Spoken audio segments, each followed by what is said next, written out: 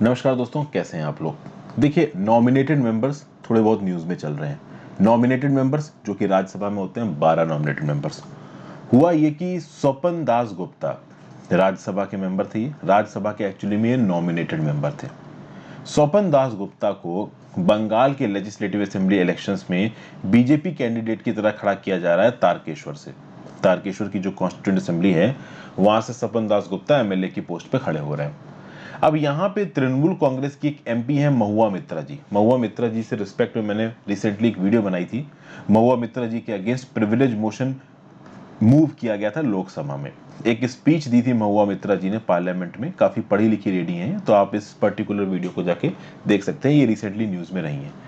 तो अभी रिसेंटली तृणमूल कांग्रेस की एमपी महुआ मित्रा ने बोला कि ये जो स्वपन दास गुप्ता हैं, ये कैसे इलेक्शन लड़ सकते हैं। अरे भाई, स्वपन दास गुप्ता तो नॉमिनेटेड मेंबर थे राज्यसभा के, और राज्यसभा के नॉमिनेटेड मेंबर्स के बारे में एक कंडीशन होती है कि भाई अगर ये नॉमिनेट होने के 6 महीने के अंदर कोई पॉलिटिकल पार्टी ज्वाइन करते हैं तो ठीक है। उसके बाद ज्वाइन करते हैं तो इनको 10th शेड्यूल के अंदर डिफेक्ट कर दिया जाएगा।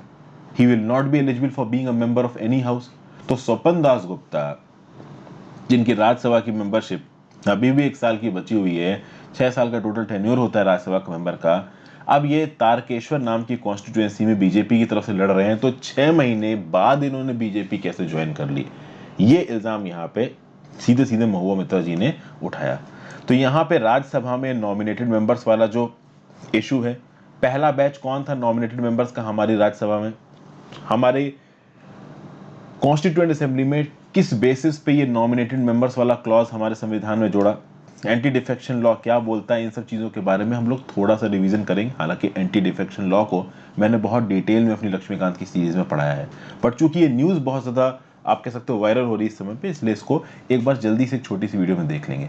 जनरल स्टडीज पेपर 2 में पार्लियामेंट के स्ट्रक्चर और फंक्शनिंग में ये चीज़ आपको काम आएगी, और इंडियन कॉन्स्टिट्यूशन के हिस्टोरिकल अंडरपिनिंग्स और खासकर एवोल्यूशन में ये पर्टिकुलर न्यूज़ आपको काम आएगी। तो recently 10th schedule of the constitution पे ध्यान डालते हुए महुआ मित्रा जी ने क्या बोला कि दास गुप्ता जो कि एक नॉमिनेटेड मेंबर है अपर हाउस के, ये तो डिस्क्वालिफाइड है, क्योंकि 6 महीने नॉमिनेटेड मेंबर के तरह राज्यसभा के मेंबर होने के बाद इन्होंने बीजेपी ज्वाइन किए। तो भाई ये तो राज्यसभा की मेंबरशिप से डिस्क्वालीफाई होने चाहिए। तो अब ये रिजाइन करके यहाँ पे वेस्ट बंगाल में इलेक्शंस लड़ रहे हैं। अब बात करते हैं कि राज्यसभा की मेंबरशिप क्या है, कितने यहाँ पे मेंबर्स नॉमिनेट होते हैं। देखिए, राज्यसभा में 250 मेंबर्स होते हैं टोटल, जिसमें से 12 मेंबर्स को नॉमिनेट किया जाएगा प्रेसिडेंट के द्वारा, उन लोगों में से जिनके पास स्पेशल नॉलेज है, प्रैक्टिकल एक्सपीरियंस है, literature, science, art, social service में कुछ ना कुछ कर चुके हैं। और 238 रिप्रेजेंटेटिव्स होंगे स्टेट्स के और यूनियन टेरिटरी के। राज्यसभा के मेंबर्स को इनडायरेक्टली इलेक्ट किया जाता है, मतलब कि एक स्टेट लेजिस्लेटिव असेंबली के इलेक्टेड मेंबर्स चुनते हैं राज्यसभा के मेंबर्स को। तो राज्यसभा के मेंबर्स इनडायरेक्टली इलेक्टेड होते हैं, और इनको चुनता कौन है, तो स्टेट लेजिस्लेटिव असेंबली के इलेक्टेड मेंबर्स इनको चुनते हैं। आगे बढ़ने से पहले वीडियो पर लाइक का बटन, अगर अब तक आपने इस वीडियो को शेयर नहीं किया है, इस चैनल को शेयर और सब्सक्राइब नहीं किया तो बिल्कुल कर दीजिए। मेरे द्वारा बनाई गई और वीडियोस को देखने के लिए, मुझे हेल्प करने के लिए आप ज्वाइन बटन दबा सकते हैं। मैंने आपके लिए एनसीईआरटी 6 से लेकर 12 तक की बहुत सी जनरल स्टडीज के topics free of cost cover कर रखे हैं। लक्ष्मीकांत की पॉलिटी, स्पेक्ट्रम, मॉडर्न हिस्ट्री, तो आप ज्वाइन बटन दबा के कर सकते हो। इंस्टाग्राम पे फॉलो कर लो, टेलीग्राम ग्रुप ज्वाइन कर लो इस लेक्चर की पीडीएफ के लिए, मेरे बाकी करंट अफेयर्स के लेक्चर्स की पीडीएफ के लिए और लेक्चर्स की नोटिफिकेशन के लिए। राज्यसभा की खास बात बताई जाए तो ये एक ऐसा हाउस है which is not subject to dissolution. तो लोकसभा डिसॉल्व हो सकता है नए इलेक्शन के बाद, पर राज्यसभा कभी भी डिसॉल्व नहीं होता, और इसके 1/3 मेंबर्स हर 2 साल पे रिटायर हो जाते हैं। अभी के लिए राज्यसभा की टोटल मेंबरशिप 245 सीटों की है, जिसमें से 233 मेंबर्स आते हैं स्टेट्स और यूनियन टेरिटरी से, और 12 मेंबर्स नॉमिनेट किए जाते हैं प्रेसिडेंट के द्वारा। ठीक है भाई, आगे बात करते हैं हिस्ट्री क्या है नॉमिनेटेड मेंबर्स की इंडिया में। जब संविधान बन रहा था तो कॉन्स्टिट्यूएंट असेंबली के मेंबर्स ने बातचीत करी कि भाई राज्यसभा में कुछ ऐसे मेंबर्स का प्रावधान होना चाहिए जिनके अंदर ये काबिलियत तो नहीं है कि वो इलेक्शन जीत सके, लेकिन ये काबिलियत जरूर है कि उनके अंदर ज्ञान है और उनके अंदर एक्सपर्टीज है, और अपर हाउस में जो भी डिस्कशन होगा उस डिस्कशन में वो कुछ वैल्यू ऐड कर सकते हैं। एन गोपाल स्वामी अयंगर साहब ने क्या बोला, an opportunity perhaps to citizen people who may not be in the thickest of political fray but who might be willing to participate in the debate with an amount of learning and importance which we do not ordinarily associate with the house of people। मतलब अयंगर साहब यहाँ पे ये बोल रहे हैं कि भाई राज्यसभा में अगर आप मेंबर्स नॉमिनेट करते हो तो कुछ ऐसे सीजन्ड लोग, कुछ ऐसे नॉलेजफुल लोग पहुंच सकते हैं राज्यसभा में, जिससे जो डिबेट होगी वो डिबेट कुछ इस प्रकार की होगी जिस लेवल की डिबेट हाउस ऑफ पीपल में नहीं हो पाती, यानी लोकसभा में नहीं हो पाती। और बेसिकली ये वही लोग होंगे जो कि पॉलिटिकली उतने ज़्यादा इन्फ्लुएंशियल नहीं है, लोगों को सामने स्पीच देके के वोट खींचने में इतने ज़्यादा इन्फ्लुएंशियल नहीं है, लेकिन काबिलियत उनके अंदर है। क्राइटेरिया क्या रखा गया कि भाई literature, science, art, social service के फील्ड में इन लोगों ने कुछ बहुत एक्स्ट्राऑर्डिनरी किया हो। ये जो प्रावधान था भारतीय संविधान में 12 लोगों को नॉमिनेट करने का राज्यसभा में, ये आयरिश संविधान से लिया गया है। इन नॉमिनेटेड मेंबर्स के पास वही राइट्स और प्रिविलेजेस होते हैं जो कि इलेक्टेड मेंबर्स के पास होते हैं। बस एक फर्क है कि प्रेसिडेंट के इलेक्शन में ये लोग वोट नहीं डाल सकते। First batch of nominated members, पहले 12 नॉमिनेटेड मेंबर्स कौन रहे हैं राज्यसभा के? तो स्कॉलर और educationist doctor Zakir Hussain, renowned historian doctor Kalidas Nag, doctor Radha Kumud Mukherjee, national poet Maithili Sharan Gupt, well known Gandhian author काका साहेब कालेलकर। आप समझ सकते हो कि जो पहले 12 नॉमिनेटेड मेंबर्स थे ये ऐसे नाम हैं जो आज तक फेमस है।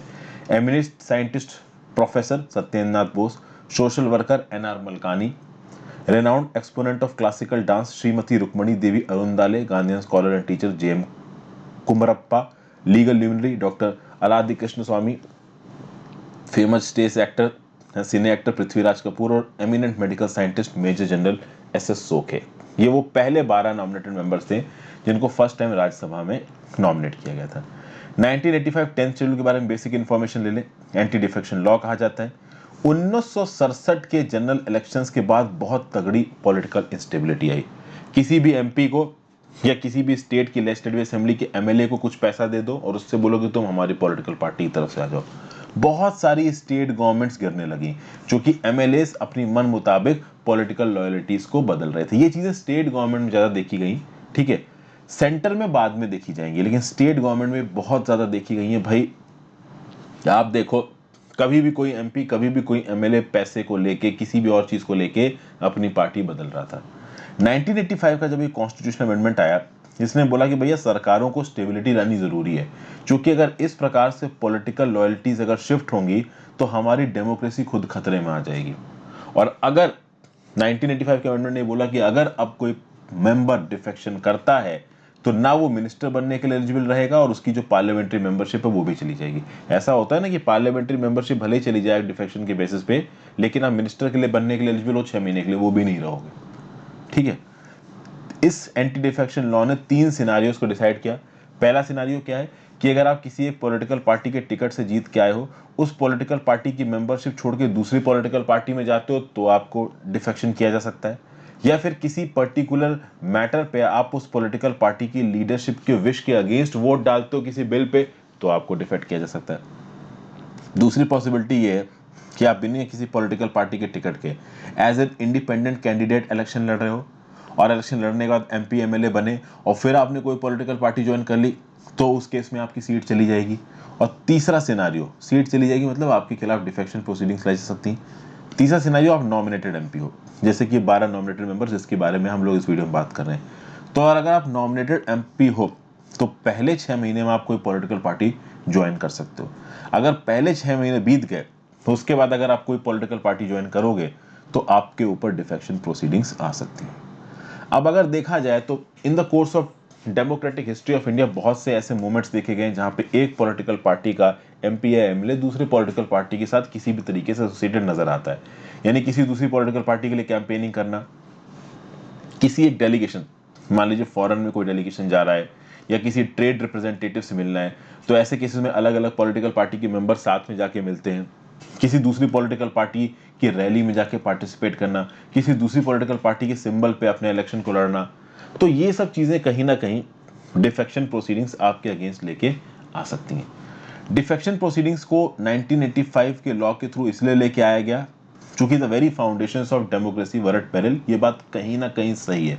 हालांकि ये भी बात सही है कि एंटी डिफेक्शन लॉ के आने के चलते वो एमपी और एमएलए जो कि पहले अपने हिसाब से किसी एक पर्टिकुलर इशू पे अपनी सोच के हिसाब से वोट डालते, वो अब वोट नहीं डाल सकते, उनको पार्टी की लीडरशिप की बात माननी पड़ेगी। अभी के लिए बात की जाए तो जो 12 नॉमिनेटेड मेंबर्स है राज्यसभा में, उसमें से 8 मेंबर्स ऑलरेडी बीजेपी ज्वाइन कर चुके हैं, जिसमें डॉक्टर सोनल मानसिंह और sculptor doctor Raghunath Mohapatra included है। तो ये जो स्वपन दास गुप्ता वाला इशू था, ये मुझे आपको समझाना जरूरी था। और एक बात भी समझ लीजिए कि ये जो पर्टिकुलर टॉपिक है वो आपके प्रीलिम्स और मेंस दोनों के लिए इंपॉर्टेंट हो गया है, जो कि काफी न्यूज में रहा है। So thank you for watching friends. एक छोटा सा डिवीजन कराना है, इसलिए इस टॉपिक को टेकअप कर लिया। Good bye.